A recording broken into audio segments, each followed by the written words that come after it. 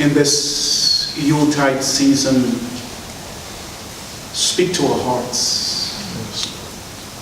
Tell us the story again and again, a story that never gets old, because it's the story of the beginning, but it's also the story of the end. So, Father, above the clamor and clutter of this season, I pray that the voice of God will be heard in every heart. That we will be blessed today to be reminded of who you are and why you came. And I pray, Lord, that this story will be written anew upon every heart.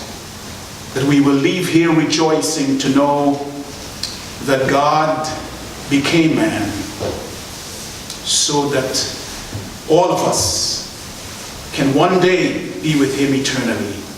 To this end, please touch my lips, that the words I speak will be ordained and blessed of God to bring salvation to all of Israel. In Jesus' precious name. Amen.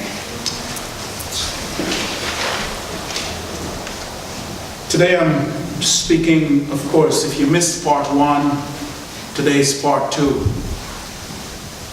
But part 1, of course, connects us with part 2. But if you missed part 1, God can still connect you with part 2. In part 1, we talked about the 2 Adams, right? The first Adam and the second Adam. First Adam, of course, was Adam.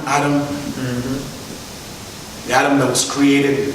The second Adam, of course, was God in Christ, who descended to walk the way that Adam walked, so that he can pick up the pieces and restore humanity into God's original purpose. And he did it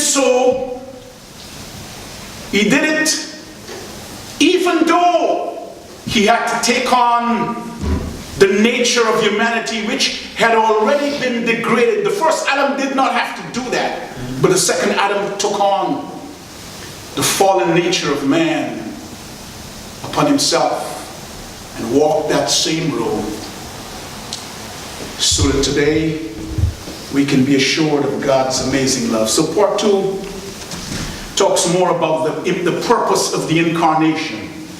And I want you to walk with me and to journey with me as I tell the story again, the story that never grows old. Why did Jesus come as a babe in Bethlehem's manger? Why did God risk everything to be so helpless? A babe. Why did God put everything on the line? There was no place for him to be born, even though he is the creator of heaven and earth. What a paradox. Lord have mercy. But first and foremost, I must remind you that Christ came to reveal the love of God to sinful man.